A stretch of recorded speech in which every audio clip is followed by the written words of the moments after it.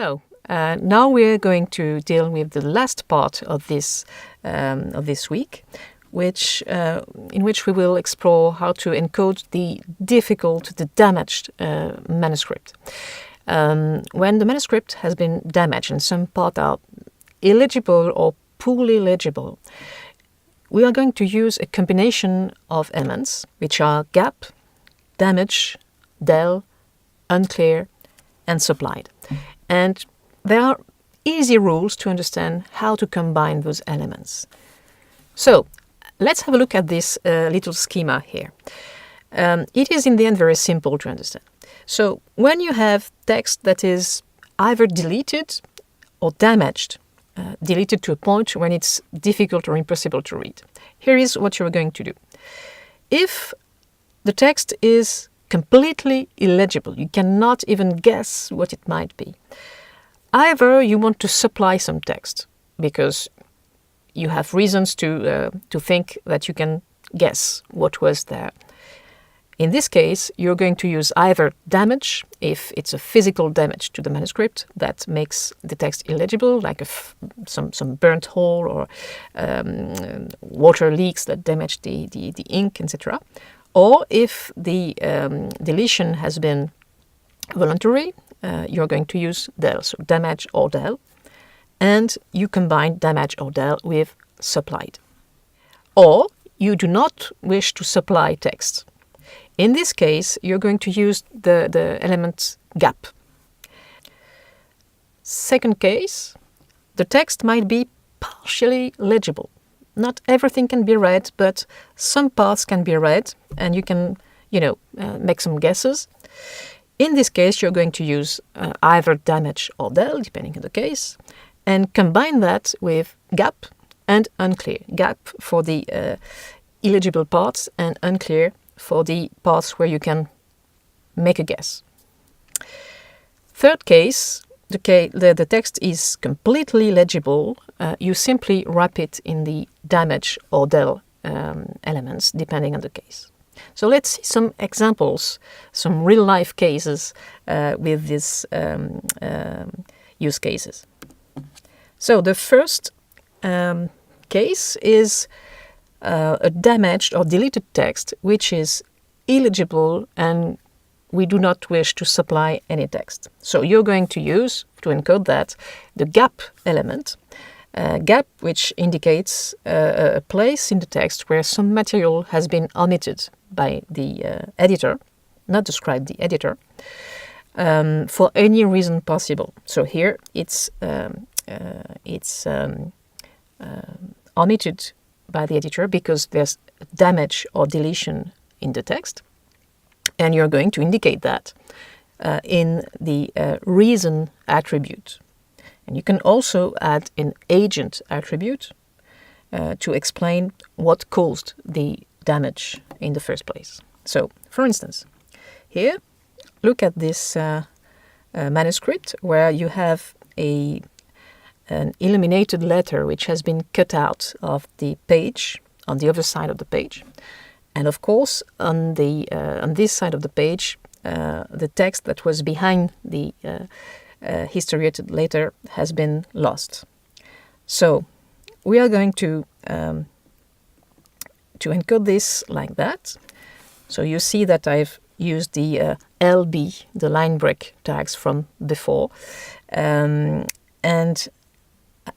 each end of line has been lost. So I put the gap elements at each end of line, just when the text starts to be missing. And I add the reason attribute with cut out as the value. And I also used a possible attribute, which is extent, where I indicate that roughly 9 words are missing for the first line here, 4 words for the second line, 6 words for the third line, etc., etc. That's an optional attribute, but it can be very interesting. Second hypothesis, the text is illegible because it's damaged or deleted, but you wish to supply some text as the editor.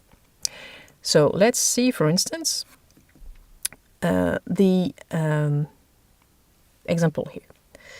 So in this case, you're going to use the combination of damage, or del, but for this example, it's clearly a damage and not a deletion.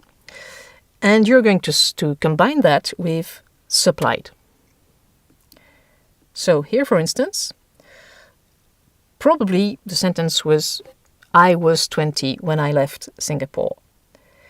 But was has been damaged and is lost. So you're going to put the damage element just between I and 20. You can use optional attributes, reason here, so reason fire, and extent one word. And inside damage, you put the supplied element with the optional attribute reason. Here I put burn hole in the original. And the content of supplied is the word you think was there before the damage occurred. Third case, the text is damaged or deleted, but it is still partially legible. So in this case, you're going to first use damage or deletion, del, to mark up the parts that have been damaged or deleted. That's an easy one.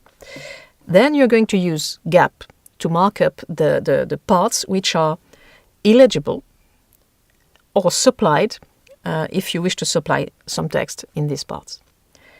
And then you will use unclear to mark up the parts of the text which are kind of legible, but you're not totally sure of what you're reading. And of course, if some parts are completely legible, you just write them down inside the damage or del element without wrapping them in anything special.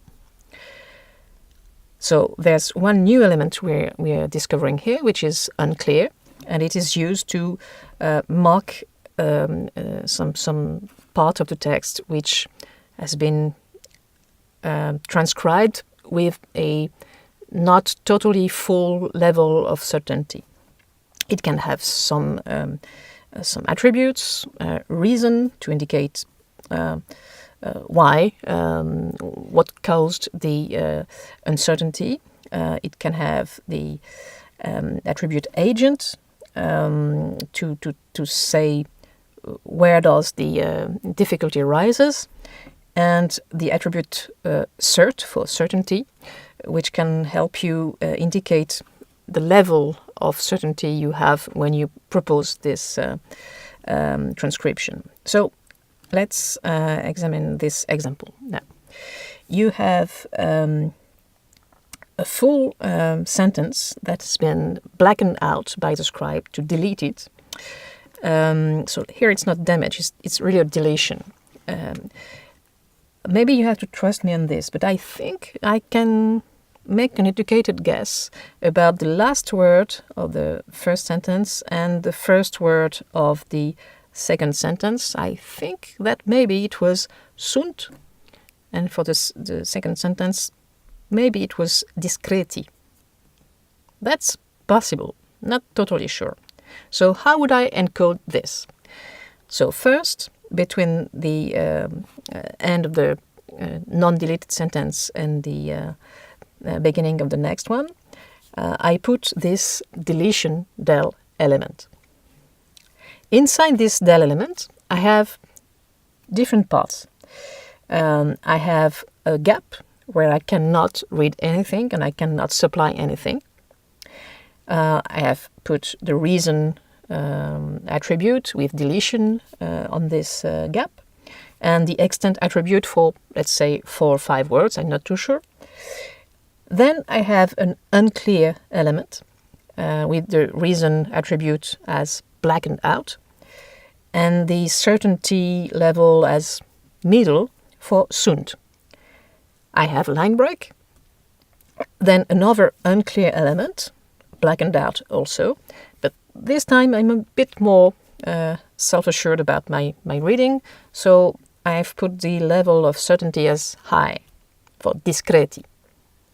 And then I have again a gap where I cannot read anything, reason deletion, and extent 3 to 5 words. fourth example, fourth case, is damaged or deleted text where everything is legible. In this case, you just use damage and del to wrap the text that's been damaged or deleted. And of course, if this text is totally legible, it doesn't need any more marking up. That's it. So, for instance, you've seen this example before about deletions. That's exactly what we did. If the text is perfectly legible, you just put del around. And with this, we end both our current module and the second week of this MOOC. Thank you for keeping up with us, and good luck for the next week.